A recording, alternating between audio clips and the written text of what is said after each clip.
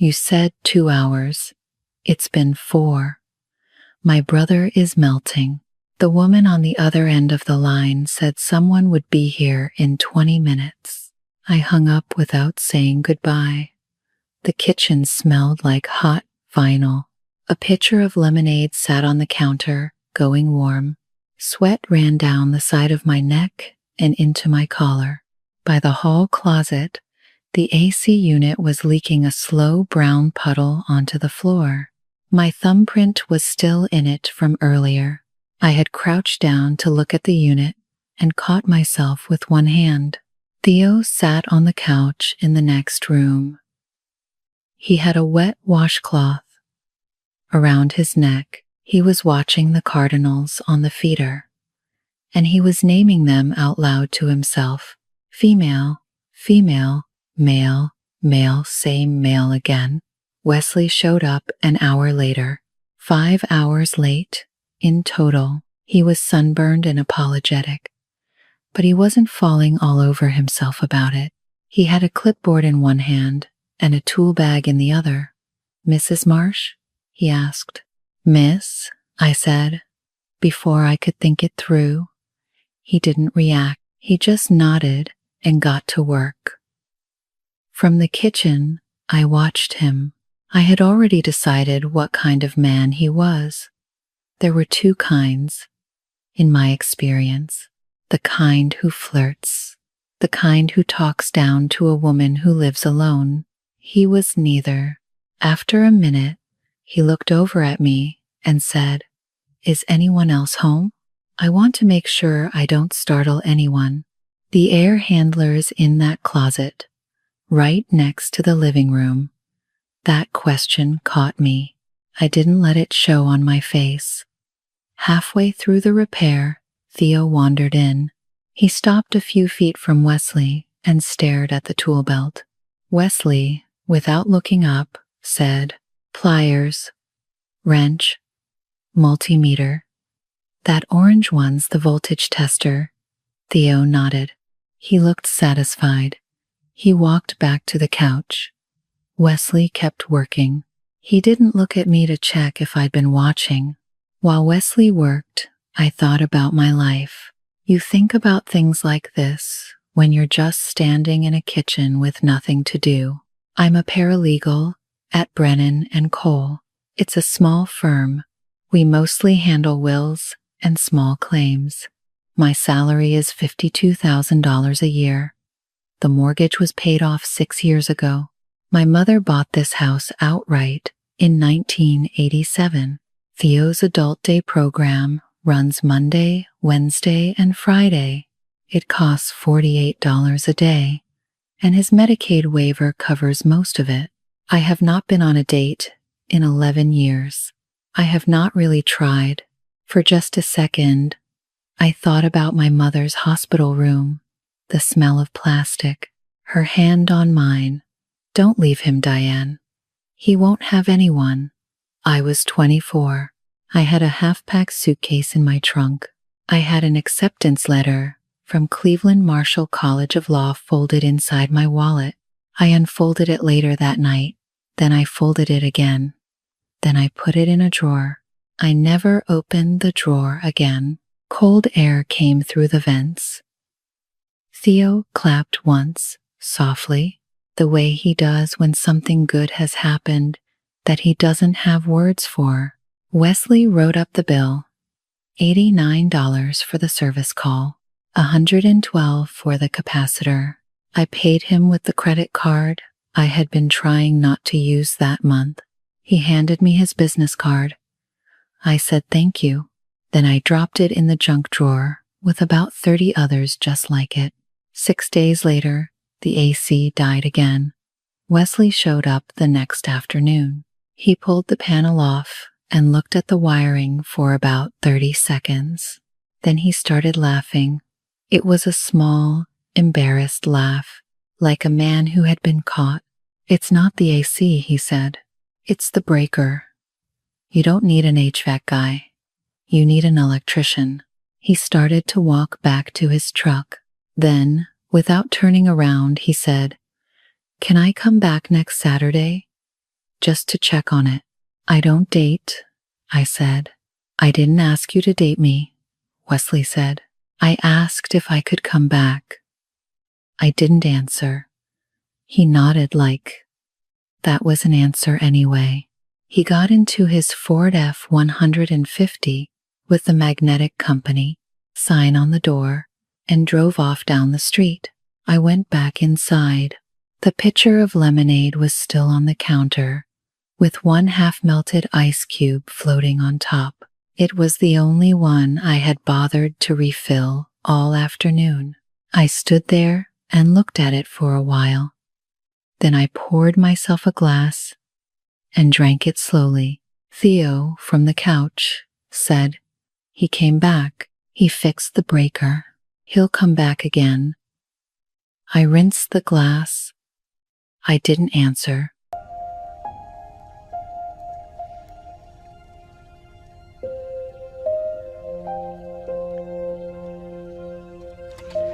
The first thing I noticed that next Saturday was the bird book on my porch table.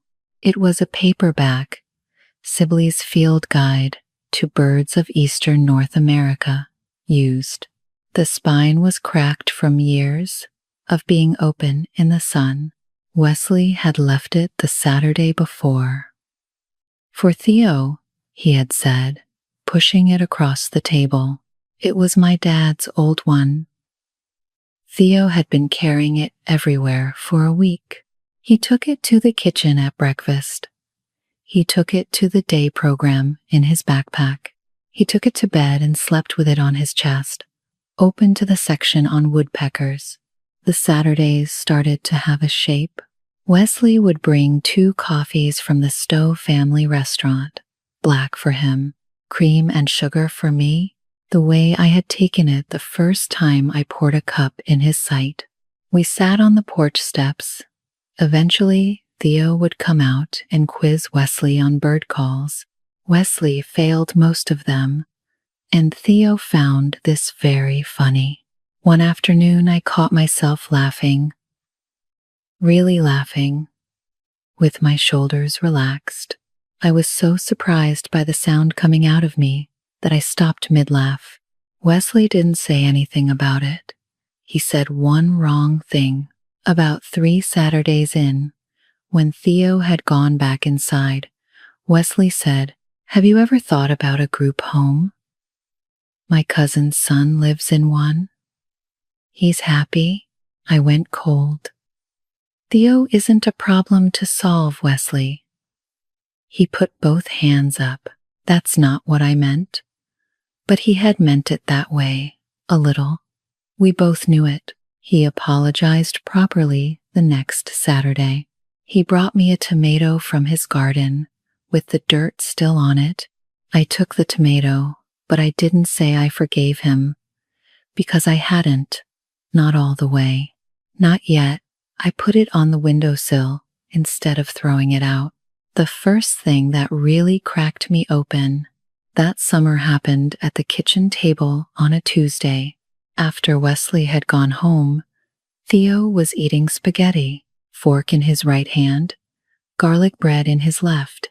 Without looking up, he said, "Diane, I miss Mom, too.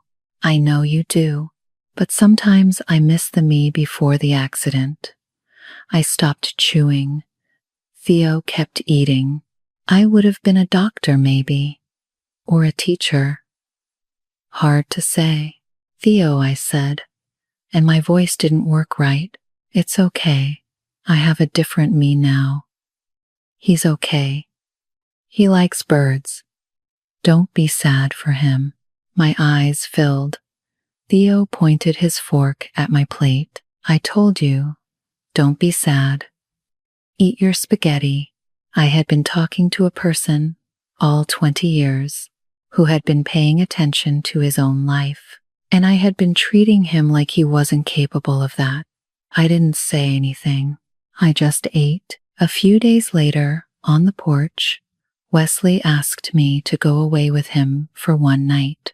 There was a cabin near Cuyahoga Valley National Park. His friend owned it.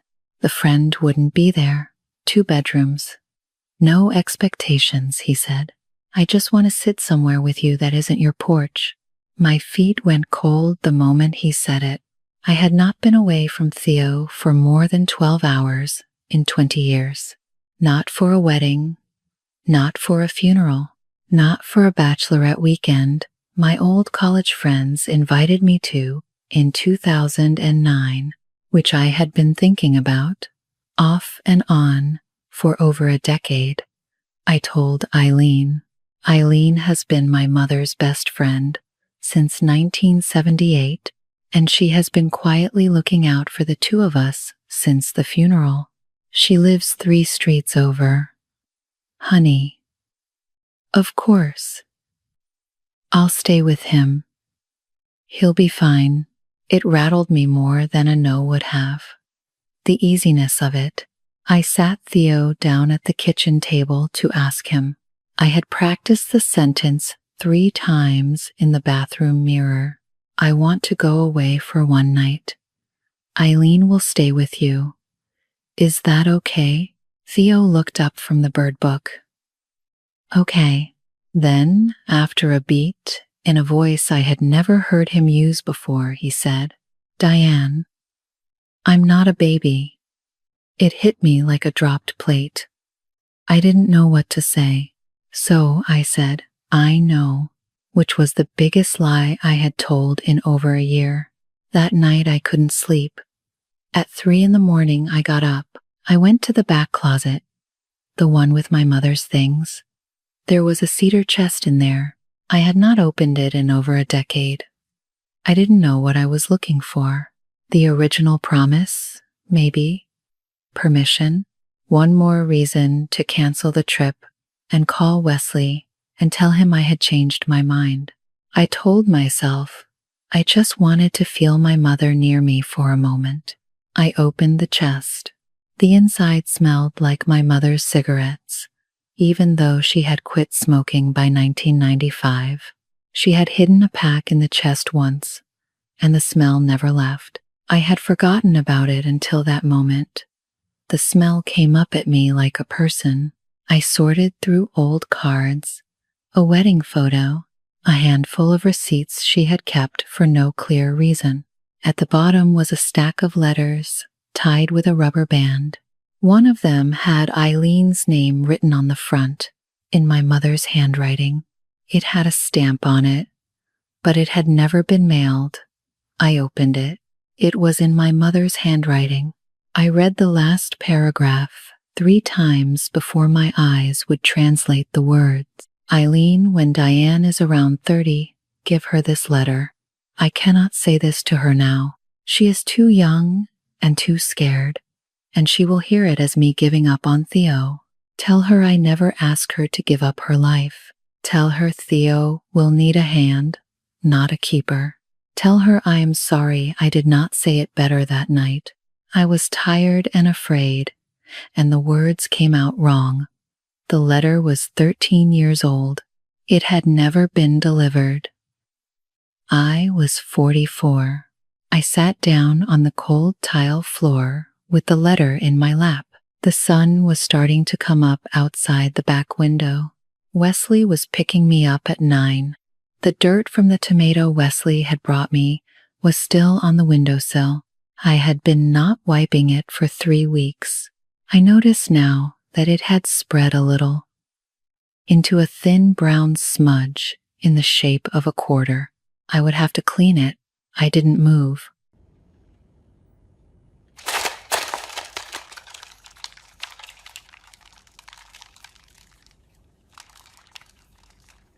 The front door creaked when I opened it at 8:58 a.m. I had a small bag in my hand and a coffee cup in the other. The letter was in the inside pocket of my jacket. I had not told Wesley about it. I had not told anyone. Somewhere between 6 and 8, while standing at my kitchen counter, I had decided to go. The trip was short and uneven. We drove 90 minutes. We walked a short trail in Cuyahoga Valley. Wesley pointed out a beaver dam down the slope. and a place where the deer crossed at dusk. At one point I asked him, "Do you want to talk about your wife?" He thought about it for a few seconds. "Not really. No. But thank you for asking." That was the first time in years a man had answered me honestly, without making me feel like I had to manage his feelings afterward. That night, the cabin smelled like varnish and wood smoke. Wesley slept on the pull-out couch in the living room without any conversation about it. I couldn't sleep either. I sat on the back porch in my coat and watched a single red ant try to drag a piece of acorn 3 times its size across the wooden boards. I watched it for 2 minutes. Then I went inside. I put the letter on the nightstand, but I didn't open it again. I just looked at it. At some point I cried, but quietly, and not for very long, and not for any one reason I could name. In the morning, Wesley made coffee badly. He apologized for it. We drove home. He dropped me off in front of my house. He didn't ask if I wanted to do it again. He just said, "Whenever you're ready." I walked into my own house at 11:30 on Sunday morning. Theo was at the kitchen table with Eileen. He had already eaten breakfast. He looked up when he heard the door. "Did you have fun?" he asked. "I think so," I said. "I don't know how to tell yet." Theo nodded, like that was a perfectly normal answer. I waited until Eileen was leaving, and then I followed her out to the porch. I tried to keep my voice careful. "Eileen, did Mom ever ask you to give me something?" Her face changed. It changed the way a face changes when a person realizes, in real time, that they have failed someone for 13 years. "Oh, Diane," she said. Her eyes filled. "Oh, Diane, I forgot. I had it in my drawer for years. I was going to give it to you on your 30th birthday. And then I thought, you were already so settled. And then I just forgot. I am so sorry, honey." I didn't yell at her. Eileen is 68. She has driven Theo to dental appointments. She brought casseroles to the house for 2 months after the funeral. "I need a minute, Eileen," I said. "I'll call you." She nodded. She left, crying. I didn't call her back that day. Then I did something I should not have done. I went into Theo's bedroom. I told myself I was looking for something else. Comfort, maybe? Or the right to be angry at someone who wasn't Eileen. I started going through his desk drawer. I had no business doing it. I knew I had no business doing it. I did it anyway. What I found changed everything. A thick stack of papers, paper clipped together. The top page had a yellow highlighter mark on it. The page said, "Cuyahoga County Department of Developmental Disabilities, Supported Living Program Application." It was half filled out. In Theo's handwriting, dated almost 2 years ago. I sat down on Theo's bed. I picked up one of the information packets, the one explaining the program, and I tore it in half, right down the middle. Then, almost at once, I tried to tape the 2 halves back together. I couldn't quite line up the edges. The clear tape went on crooked. The page would never look right again. I put it back in the drawer anyway. When Theo came home from his day program that afternoon, I showed him what I had found. I tried to apologize for going through his things. I couldn't get the words out. Theo wasn't angry. He was tired in a way I had never let myself see before. He told me he had applied almost 2 years ago. He told me he was number 6 on the list now. He said the staff would call when a spot opened. October, maybe January. "I didn't tell you because you would say no," he said. You always say no, Diane.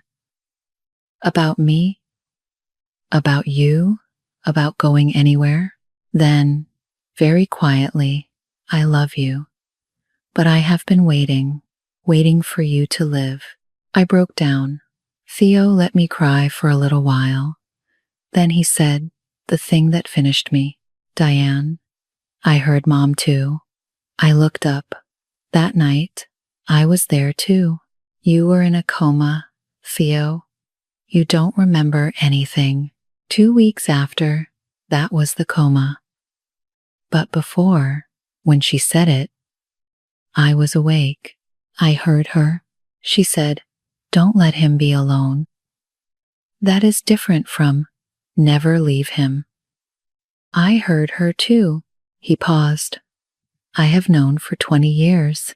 I didn't tell you because I thought it would hurt you more than it would help. I'm telling you now because I think you can hear it now. I crossed the room and hugged him. We are not a hugging family. We had not done this in years. He let me. After a moment, very practical, he said into my shoulder, "Diane, you're squishing the bird book." I started laughing through the tears. I let go. He patted the bird book flat again. I sat down with him on the bed. The half-finished application was between us. I picked up a pen from the nightstand. "Help me finish this. The medical history part." I don't remember all of it. Theo took the pen out of my hand and put it back in his own. "I'll fill it out," he said. "You read it after." We started.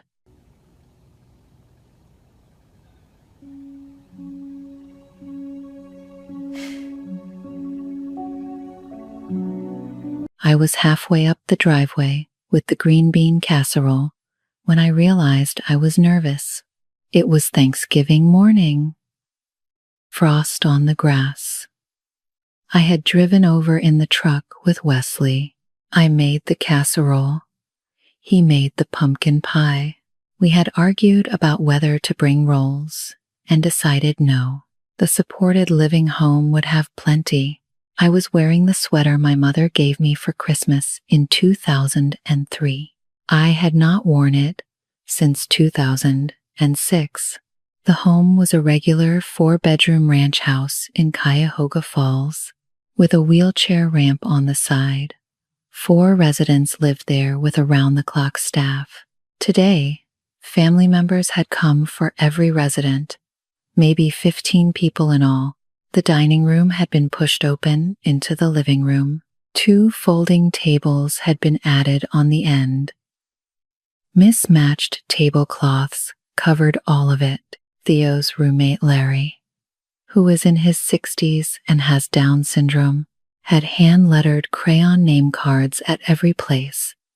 My card said Diane, with 2 N's. I didn't correct it. I quietly slid it into my purse to keep. Eileen was already there. I had forgiven her 3 weeks ago.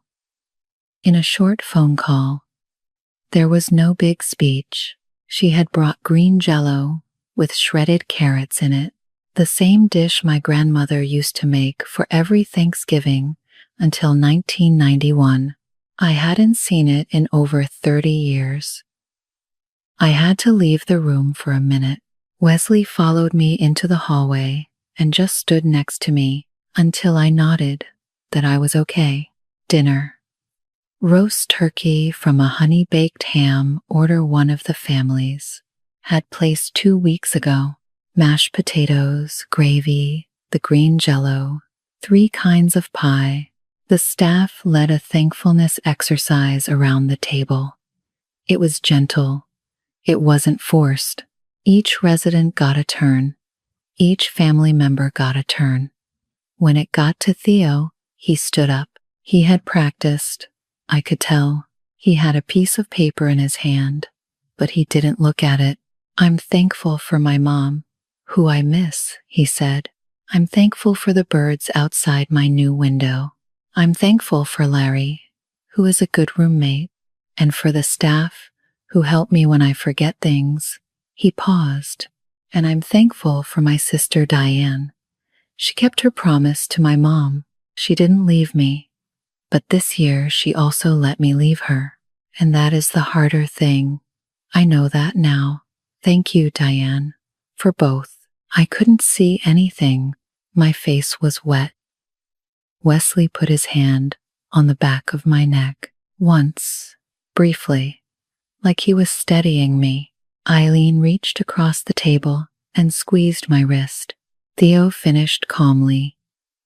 Don't cry too long, Diane. The pie is getting cold. The room laughed. He sat down. The dinner moved on. The drive home was quiet. Wesley didn't ask about anything. I wasn't ready. It was already dark by the time we pulled into my driveway. I didn't get out of the truck. Wesley turned the engine off. We sat there with the heat slowly leaving the cab.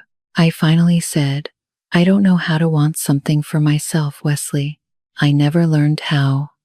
20 years, and I forgot how. He waited a long time before answering. Then I'll be the one who wants for you. Until you figure out how to want for yourself. I broke down then, the way I had not broken down at the dinner table, the way I had not broken down once in 20 years, in front of another adult. Wesley didn't try to stop me. He didn't try to hold me, either. He just stayed. When I was done, I said, I love you. It came out flat and quiet, like I was confessing to something embarrassing. Wesley said, I know, I love you too. Then, with the smallest dry smile, took you long enough. I laughed through the tears. He reached over and put his hand on mine, on top of the gear shift. We went inside. Wesley stayed late. He slept on the couch. We were not there yet, and we both knew it, and neither of us was rushing it. Around midnight, I covered him with the throw blanket from the armchair. At 3 a.m, I woke up. I walked past him on the couch. The hallway light was off. I went to the back closet. I opened the cedar chest one more time. I took out my mother's letter. I read it once more, slowly this time, with no panic in me. Then I folded it carefully and I slid it into the family photo album on the shelf. I put it between a picture of my mother holding baby Theo and a picture of me at my high school graduation. I closed the album. I turned off the closet light. In bed, before falling back asleep, I thought, tomorrow morning, I'll call Theo before breakfast. He worries when I don't. Outside, in the cold November dark, a cardinal called once from somewhere in the neighbor's yard. It was the wrong time of night for that bird.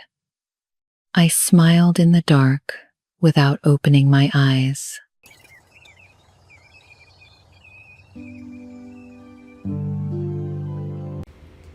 Theo's speech at the table got me. She let me leave her, and that is the harder thing. I wasn't ready for that. Frankly speaking, I was frustrated with Diana most of the way through. Then Theo said he'd been waiting for her to leave, and I just couldn't be mad anymore. The name card with 2 N's. She put it in her purse. That's the whole story right there. When did you first realize Theo understood everything? The spaghetti scene or earlier? I missed it the first time. So, what do you think?